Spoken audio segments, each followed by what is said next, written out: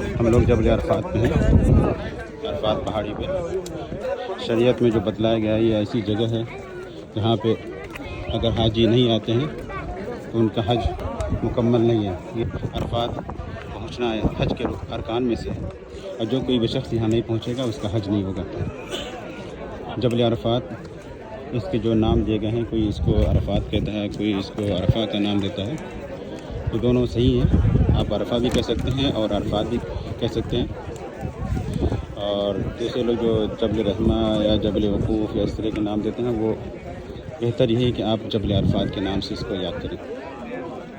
اور یہاں پہ جو آپ دیکھ رہے ہیں کہ یہیں پہ آ کر کے لوگ اس دیواروں پہ، اس پلر پہ آ کر کے اپنا نام لکھتے ہیں، یہیں پہ کھڑے ہو کر کے دعا مانگتے ہیں، اسی کی طرف رک کر کے، قبلے کی طرف رک کر کے دعا نہیں کرتے ہیں، تو یہ سب صحیح نہیں ہے۔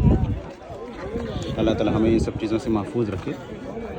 اور اس کو جو جبل عرفات جو کہا جاتا ہے، اس میں کئی طرح سے کئی نام ہیں جو علماء کرام نے بیان کیے ہیں، اس میں کہ 10 وجہ سے اس کو عرفہ کہا جاتا ہے۔ اس میں جو عام طور پہ جو ہمارے یہاں زیادہ مشہور ہے وہ یہ ہے کہ ایک قول یہ ہے کہ یہیں پہ حضرت آدم اور حضرت حوا علیہ السلام کی ملاقات ہوئی تھی، اس لیے اس کو جبل عرفات کہا جاتا ہے۔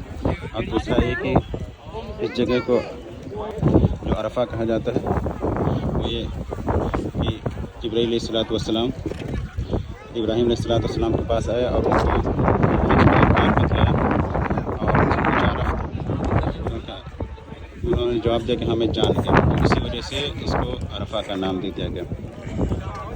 اور تیسری جو ہے کہ یہیں پہ حاجی آتے ہیں، دنیا کے جتنے بھی حاجی ہیں ان تمام کا آنا عرفہ میں ضروری ہے۔ اگر عرفہ میں نہیں آئیں گے تو حج نہیں ہوگا۔ تو کہتے ہیں یہاں پہ آ کر کے حاجی ایک دوسرے کو پہچانتے ہیں، جانتے ہیں، تعارف ہوتا ہے، اس وجہ سے اس کو عرفہ کہتے ہیں۔